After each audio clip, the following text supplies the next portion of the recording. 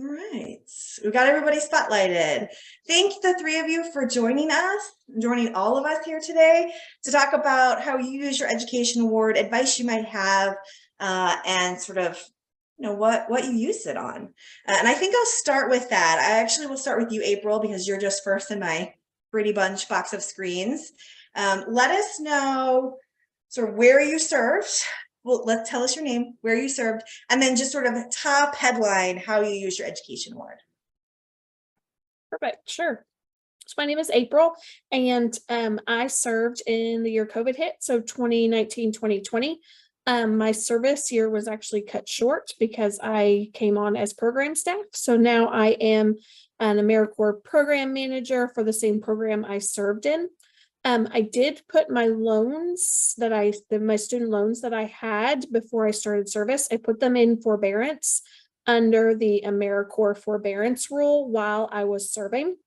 I used my education award completely to go towards my student loans. And then at the end of my service, I applied for the interest payment that is offered to those of us that have loans while we're serving and our loans are under forbearance to pay the interest. So AmeriCorps actually gave another $300 towards my loans for the interest that was accrued during my service year. So as a program manager, though, I have dealt with all of these different types of student or using your education award. So I have walked somebody over 55 through how to do that and all kinds of special things. And there's lots of AmeriCorps specific eccentricities involved. Thank you, April. Let's have you stick around as long as possible. You can help answer some questions. I'm going to go over to you, Emily. Same question. Sort of let us know who you are, where you served, and sort of headline version, what you use your education award on. Yeah, of course. So I served in the 2019-2020 year, and I served the Together We Prepare program out of Michigan, and then I used my AmeriCorps grant to pay for educational expenses while I was and just graduated from my dual master's program and got a master's in mental health counseling and public administration. Thanks, Emily. And your sound went a little bit in and out. I'm going to go to Camarcus, but if you maybe want to adjust where your microphone is, that'd be helpful. Camarcus, welcome. Let us know who you are, where you served, and how you used your award. Hey everyone, my name is Camarcus Howard. I served with the Georgia 4-H program. I was in AmeriCorps for 3 years. After my service years ended, I was currently still in my master's program. I used my education award to help pay for tuition for a master's program.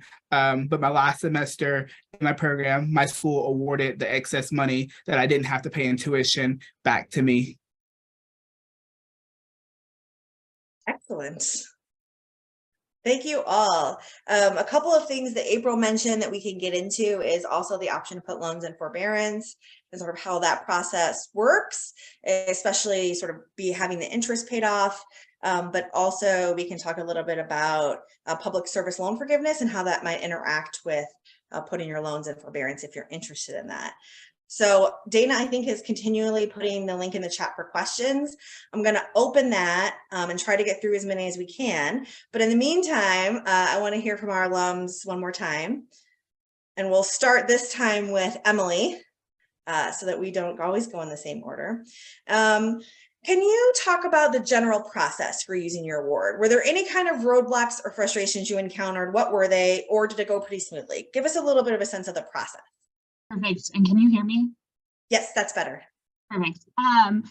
So you mentioned it a little earlier, and I thought I caught it, that it's in 2 payments, your award. And so knowing and working with the federal government and knowing how slow they can be, when I knew I was going to use it to pay for one semester of my program, I started that process pretty early on.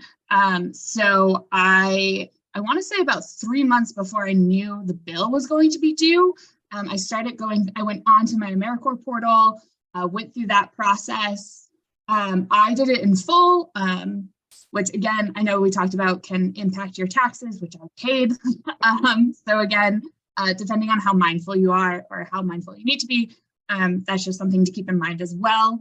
I also contacted my institution to let them know that I was using AmeriCorps, my AmeriCorps grant, which was super helpful because then I had everything documented. Because when it comes in two chunks, a lot of times it's due dates of when your tuition bill is due. And they will like put, you know, there'll be extra money that might be due if you don't pay it in full on time. And so I was trying to be very cognizant of that process. And so having those conversations with my billing and registrar's offices really helped through that process. And so it went through in one chunk prior to the due date. And then it went through almost to the end of my semester is when the second half came through.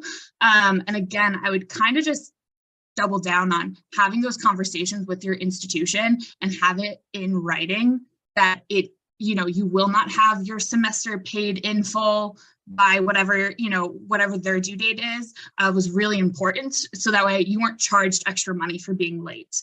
The other conversation that I had with them, sometimes they'll have matching programs with your tuition bill. Or with your AmeriCorps grant. And so kind of going through that process as well, we were able to kind of double the amount of money the grant was. So those were that was kind of my process, and it was super, but it was really easy.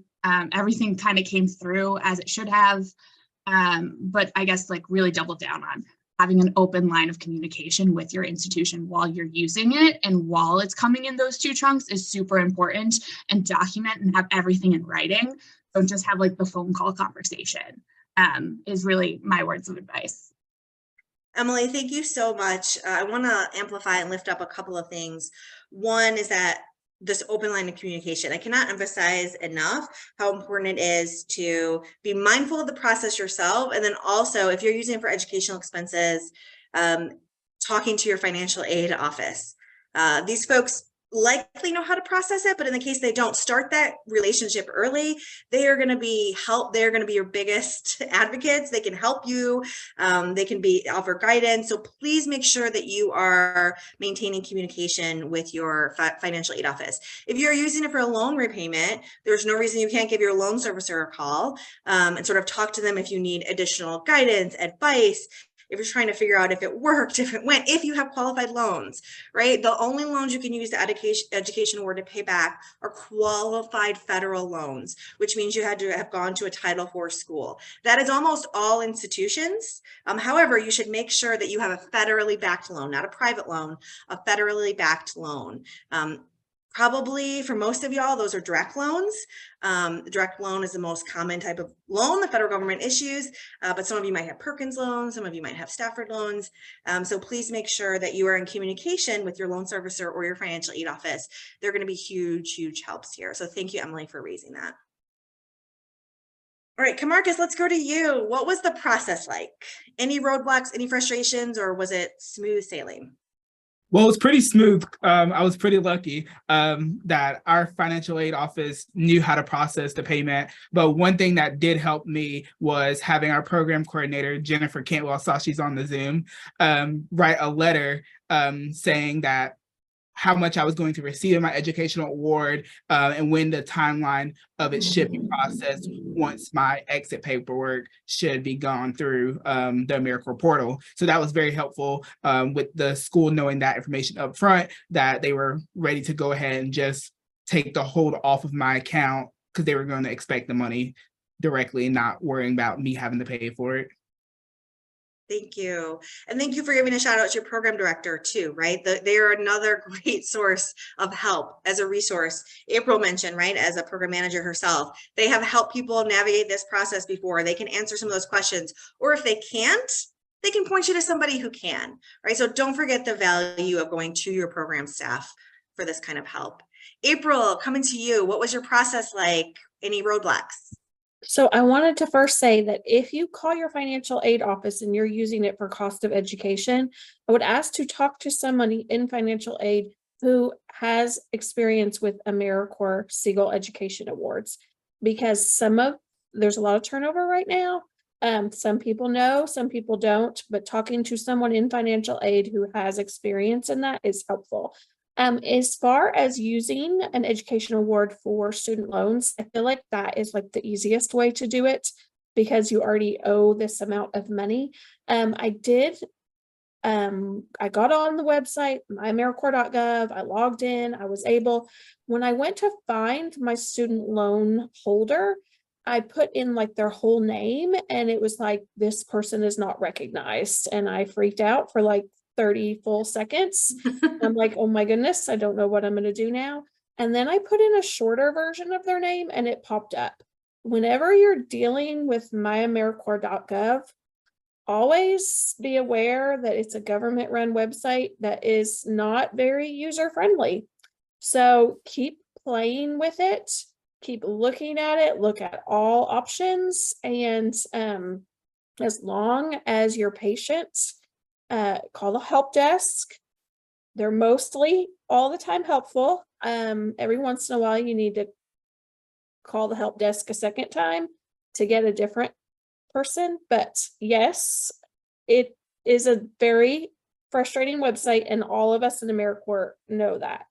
So be patient with it. And I just transferred the whole amount that I have to my student loan company, and in like one day it had processed and logged on, and I was $6,500 less in debt than I was the day before.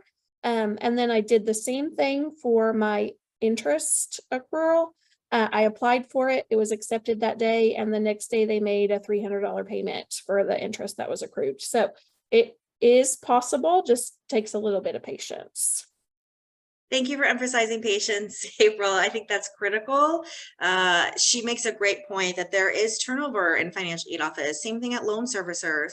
And right now the loan servicing industry is changing a lot. So please be mindful that those folks may not know, but they genuinely want to help, and make sure you are maybe calling back, calling the hotline, really being an advocate for yourself to make sure you get the right answer. And yes to the MyAmeriCorps portal.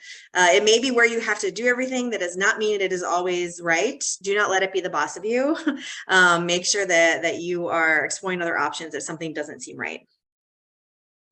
Okay, there are a lot of questions popping up here.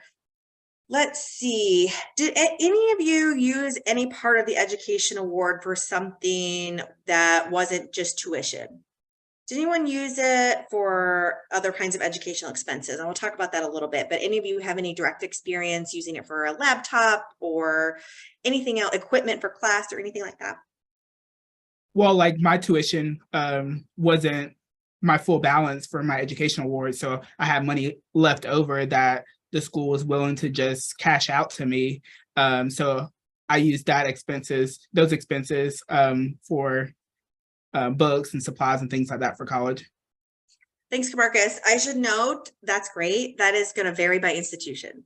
So I cannot guarantee you that if you don't use your entire balance, that your institution will just give you the money. Please don't count on that, but maybe we should all go to Marcus's college. That sounds excellent. It's a private college, so you may pay more. There you go. I use most of my education award for a laptop because I needed a specific one for my graduate studies, but the institution actually purchased it for me, and then I could pay them. So I didn't get the money to purchase it, but I went through university channels to get that laptop. So expenses like that. There are also folks who use it for equipment for class. If you take some sort of equipment heavy class, some sort of science or photography or something where you need to purchase equipment, that is also an allowable education expense. But institutions are going to do things differently. They may purchase it for you. They might reimburse you for purchasing it, or they might give you the cash and you purchase it yourself. So please be sure, again, you're having a relationship with your financial aid office and that you are figuring out the way your institution will do it. So important. All right, Emily, I think you brought this up a little bit. Anything else to share about the tax implications. Like, was that a shock? Was that frustrating? Did you plan ahead for it? Sort of, how did you make sure that you weren't crying when you did your taxes in April? No, I definitely was crying when I did my taxes in April, but I think that was for other reasons. But it's definitely, I knew going in that I was going to use the full amount for that semester. So I knew that that was coming into my income, and that was going to be showing up as such. So I had kind of mentally prepared, and that was like a really big thing when we were talking, when I was in my AmeriCorps program, was the tax implication. So I had a conversation with just some tax experts and financial officers that kind of helped me walk me through that process, and kind of did a ballpark of like how much, you know, if I used it in full, what it was really going to look like, which was super helpful to me, as well as just like understanding too, like if there was any implications, you know, on a state level versus a federal level, like all of those kind of questions that, like, as someone who works in the social sciences field, didn't have a super knowledgeable grasp on. So I always recommend going that route. And just knowing how, also, like, I had switched jobs, so my income bracket had changed too. So just having all of those factors and being really cognizant of that, I would kind of say is the really important part of that, as well as I think too, just knowing, I know like some people, when I went through it for my FAFSA form though, knowing that wasn't income, like that it wasn't showing as income on that form, helped me make up, you know, gave me more access to more financial aid, like when I was going into the institution. So it kind of helped mitigate that process, like how much I was paying in taxes, I was losing in my tuition. So just, again, that working with your financial aid officers and working with people who understand taxes way better than I did was quite helpful. And just like an understanding that I was going to be. Great. Thank you. So important to plan ahead. April, is there anything else you can add on your loan forbearance, sort of the process for getting the interest paid? Was that smooth? It sounded like that came relatively quickly, but anything about delays or timeline or anything that you think it would be helpful for folks? It was really easy, and I actually didn't even think about it, and I only did it last year. So I hadn't been in service for like 2 years, and I was on my AmeriCorps portal on the member side of it, and I was looking at it to try and give some of our members like a tip on how to do something, because I get in there a lot when they're struggling with their accounts. So I was in my account, and it said something about interest payment, and I was like, I kind of remember this, I don't know. So I just went ahead and applied. It took me no time at all. It was approved that day. I had it like just a couple days later. It was so easy. But what I don't know, because somebody asked me this, one of my members asked me this earlier this week, because I was talking about it with them. All of people's student loans have been in forbearance based off of COVID for like the last 3 years. Do you only get, and Betsy or Sharon, you might know the answer to this, do you only get interest paid if you are under forbearance for AmeriCorps specific service? While you're in America, I mean, you can. Yeah. So will they pay the interest if you're under forbearance because of COVID? Oh, to my knowledge, no. If you're still, many of you may have your loans in forbearance right now, continuing because of the repayment pause.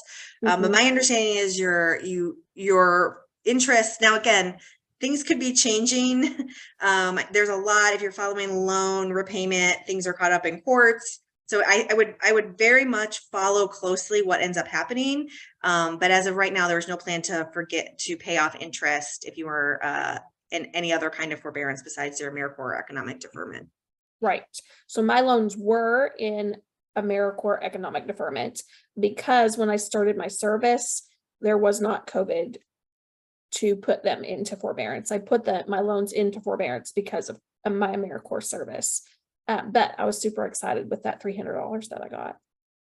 Hey, it goes a long way. Yeah. Great.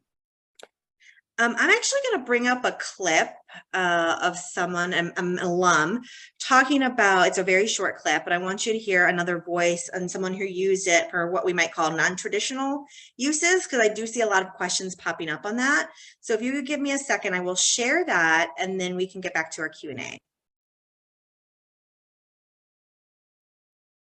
Yes. Yeah, so I had two, and the first award I used partially between my two terms. I did a Knowles course, which is National Outdoor Leadership School, and so I did an outdoor educator course for a month in the Wind Rivers in Wyoming. And then once I finished and that actually was great for my second term because I was at the field a lot.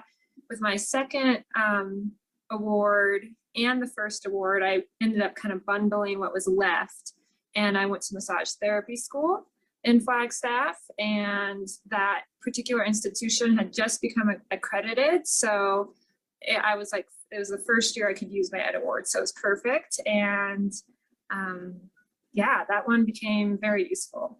I'll get more into that in just a second.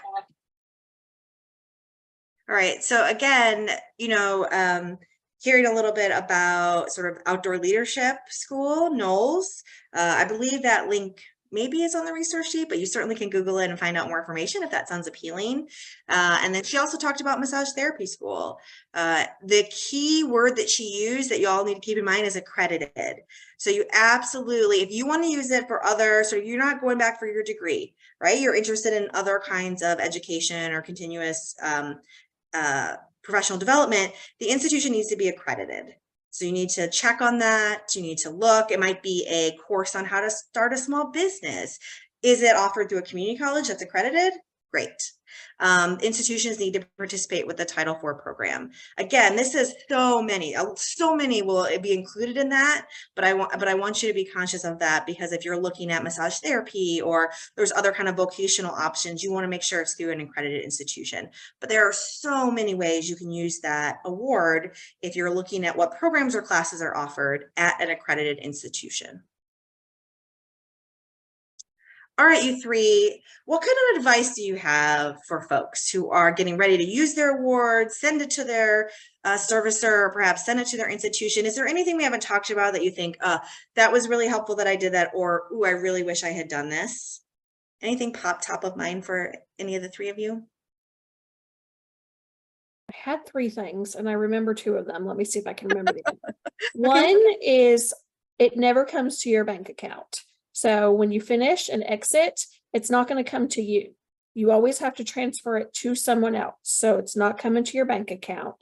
Two, you cannot use it to pay off a debt you owe for a previous institution. So if you were in school last year and you still owe them $400, you cannot use the award you earn right now to pay off debt that you owe them before.